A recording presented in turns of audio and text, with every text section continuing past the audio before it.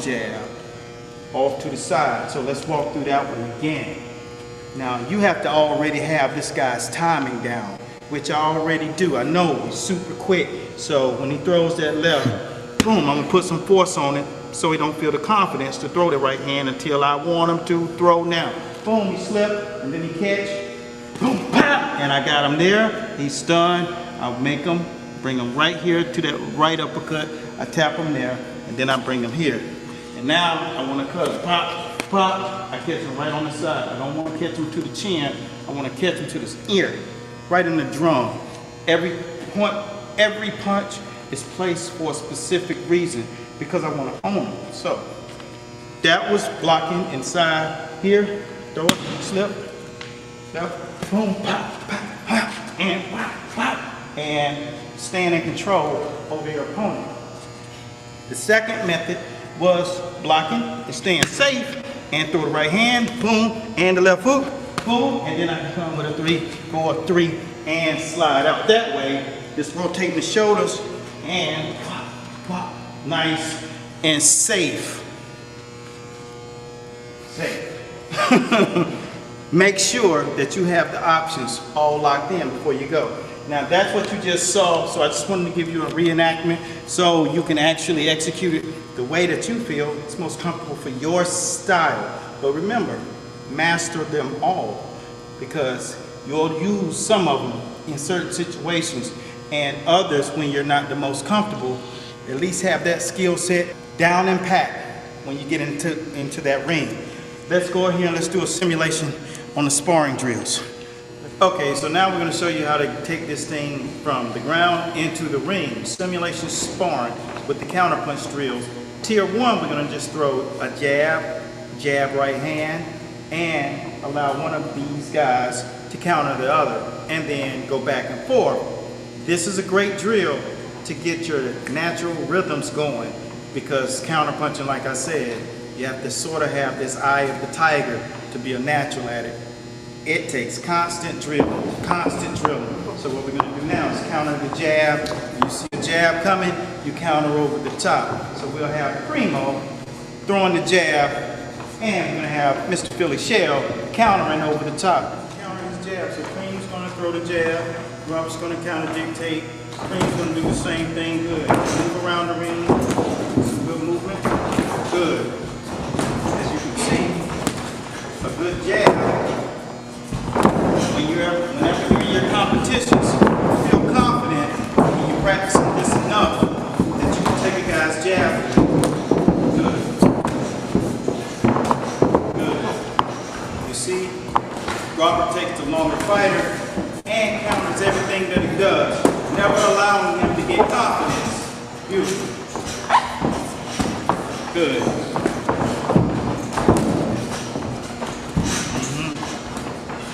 Nice. 10 seconds. Good. Good.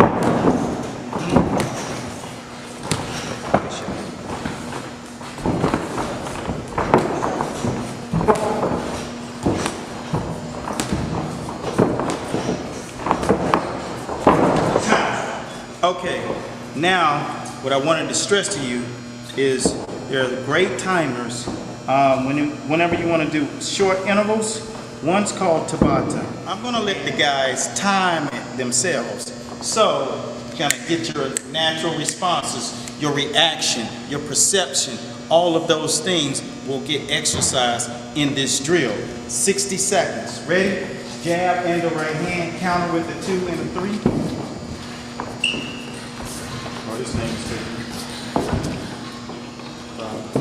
4, 3, 2.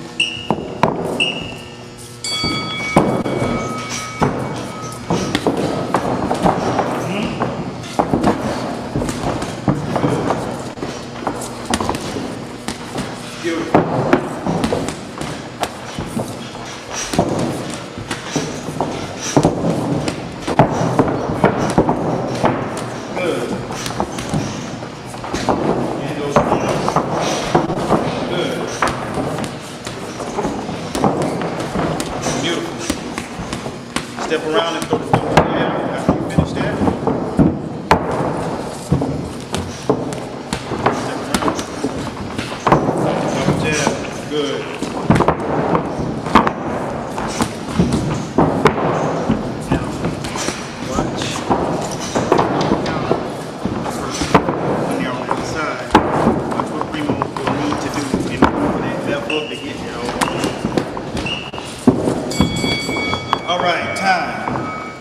as you can see, that's just the perfect amount of time to get nice and warmed up, getting your perception going, getting those rhythms going, getting that reaction going. Now, I'm going to show you a little something. Whenever you're in the counterpunch position, just say, for instance, if Primo is throwing a jab in the right hand with me, and I go here, boom. Now, I have to time him, but his length, he has good length, so I catch the jab and then the right hand. Now, what do you think I should do? Should I just roll that right hand with him being longer, or should I catch the jab and step inside with that right hand? That's going to be the best option for you. So, as Primo has said, he's a good lengthy fighter, good skills. So I have to be really slick and quick. So when he goes here, and then I'm countering on the way in. So I'm going to take his jab and I'm going to counter him to the body, and I'm going to throw the left hook up top. See, I have to understand that calculation before I get into the ring with him. After he throws his first jab right hand, I caught the wind, the distance, the range, the power, and the speed.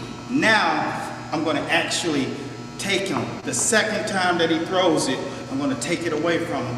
He's going to know when I catch that jab, and when I stick him to that solar plex, I'm sending the message. If you throw that jab again, behind with that right hand, I got something for you. He's going to know that minute that he feels that shot, and then I clean him really good with that left hook. The trick is, you don't have to crack them with everything you got the first time, because you want them to weaken just a little bit more.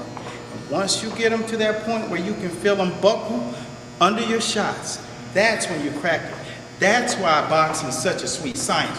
Now, let's see if you can counter that long right hand, stepping in right to the body, left hook up top, spin out, double jab. Let's get that work again.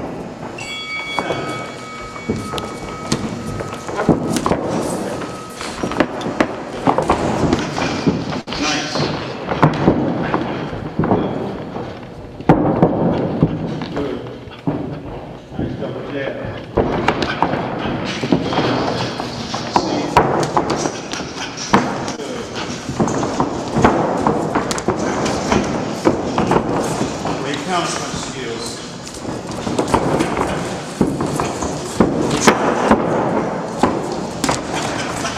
Good.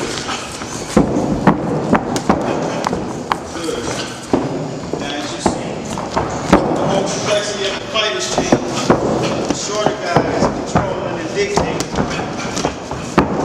What would the longer guy need to do to take control over this fight again?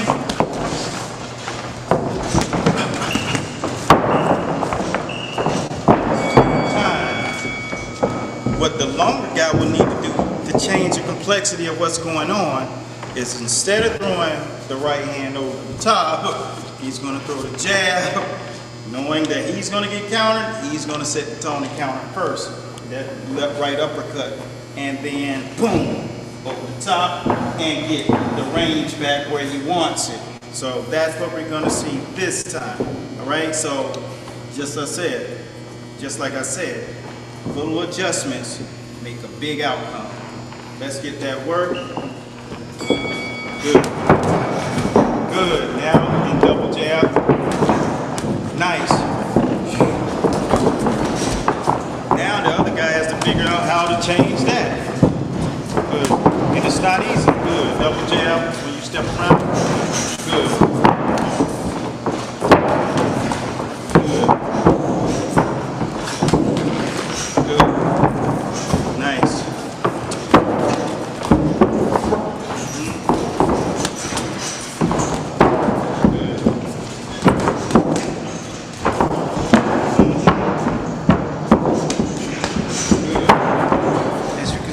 Difference in how the fight is taking place. Both guys have had moments of controlling.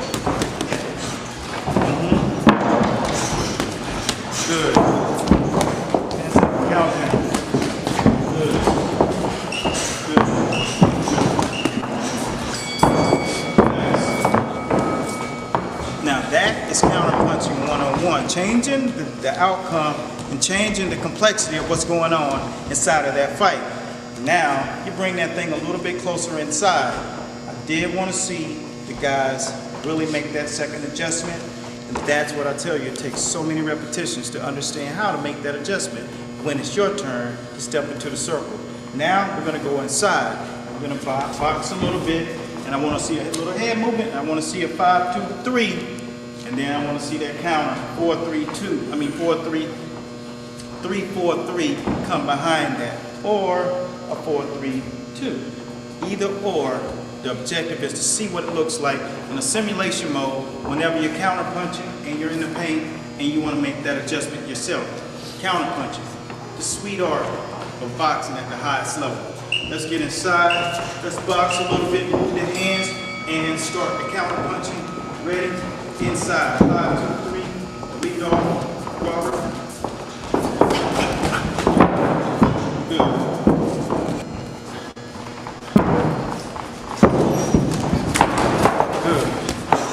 Nice counter.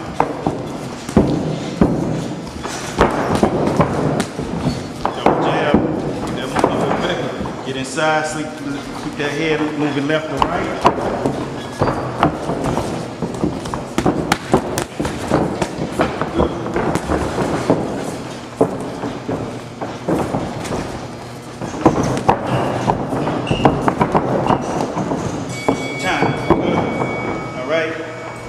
Now you see what happens as the shorter fighter gets inside and throws that combination and gives the other guy a little trouble. Now you're going to lead with the 4, 3, and a 2. Boom, boom. And we're going to try to do something down low in the bread basket after the fact. That's going to be your counter. You counted last time. Come on, last time. So you're going to count last time. So you throw the 4, 3, 2, and you're going to count back.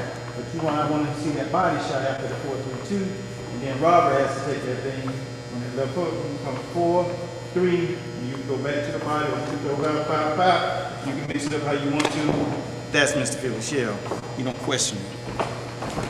Let's get this work. 7 seconds.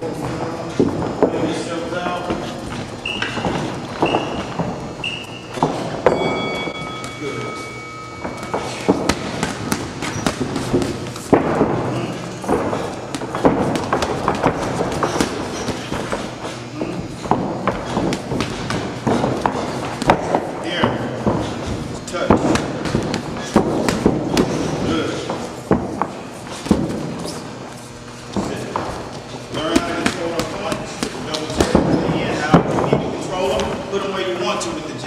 It's okay to get a little fluid out of your body.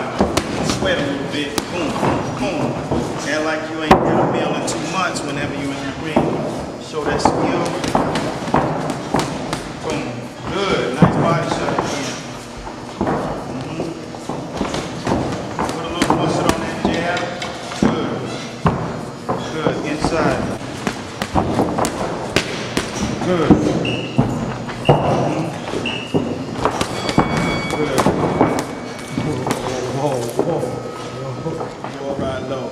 All right, so now you're seeing tier 3 of inside fighting.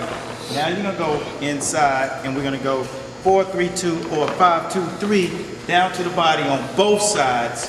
And then that's what I wanna see what happens when you counter outside of an onslaught coming. Get yourself in position, get used to all the scenarios that go down because sometimes they wanna unleash on you and you gotta be prepared. So whatever that last punch is, you know what to counter from that last punch. Start right off from the button. From the button. We know he's going to the body, he's going to the bread basket. After he finishes the combination, you know once he pushed that button, you let him go.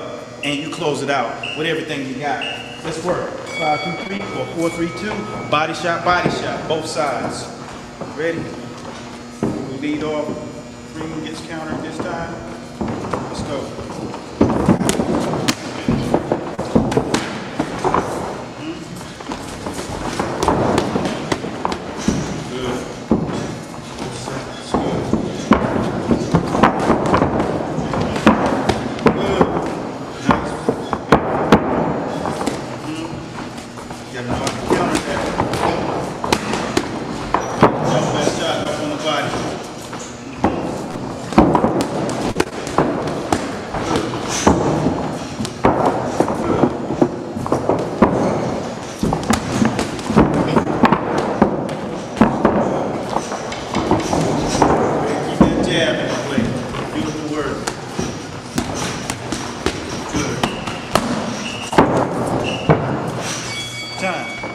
courtesy there was counterpunching from the body attack. So once Primo was able to throw, let's say for instance you threw the 4-3-2, you just go 4-3-2, and then you go to the body, go both sides, body, body, and then boom. From that point, what I want to see is boom, boom, and then you go back down, pop, pop, and spin out, and then you start back up with the same thing, pop, pop, pop, pop, pop, and then you back up to the top, pop, pop, pop, and master the science. Never allow an opportunity to attack the body go by you, because you get very few of those opportunities when you're on the inside.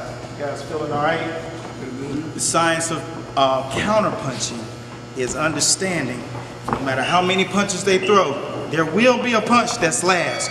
Whatever that last punch is, that's what you counter off of. So if it's a left hook there, you can go with the right hand, left hook, right uppercut. If it's a right hand, you can go right hand, right uppercut, left hook, right hook, body shot, slide under, turn. Then another 4-3 step slide, keeping your body, and use those shoulders to keep you anchored left side to right side, so it doesn't matter whatever he throws, it won't land clean. That's the science. So if he catches you here, you go here. Here, you go here. Doesn't matter, like I said, that's why we go through the drill. Now we're gonna close it out, same thing, but I wanna see you close out with that double body shot at the end, and the person who gets hit last, counter from that shot. Work.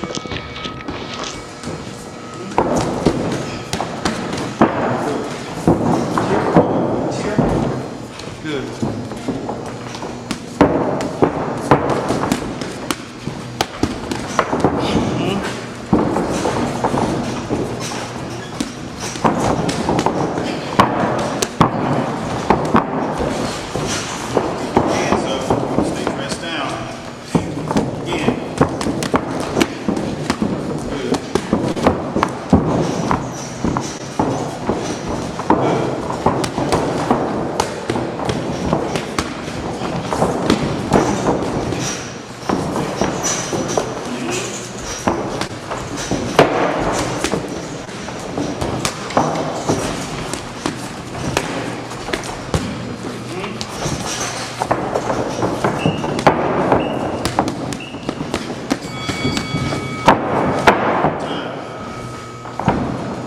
Now that is some up-tempo sparring. That's what you call the simulation tier 4, where you're going into fight mode and you're really letting your hands go and you're allowing your instinct to take over.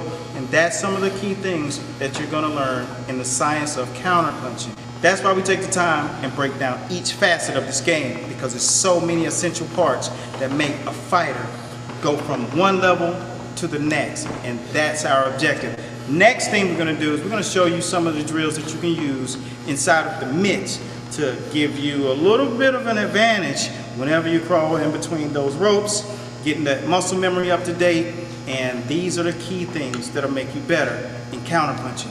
My name is Coach 𝗀𝗏𝗏𝗏. Let's go for round 1. Just simple counterpunch drills that you can use with the mitts. Let's go.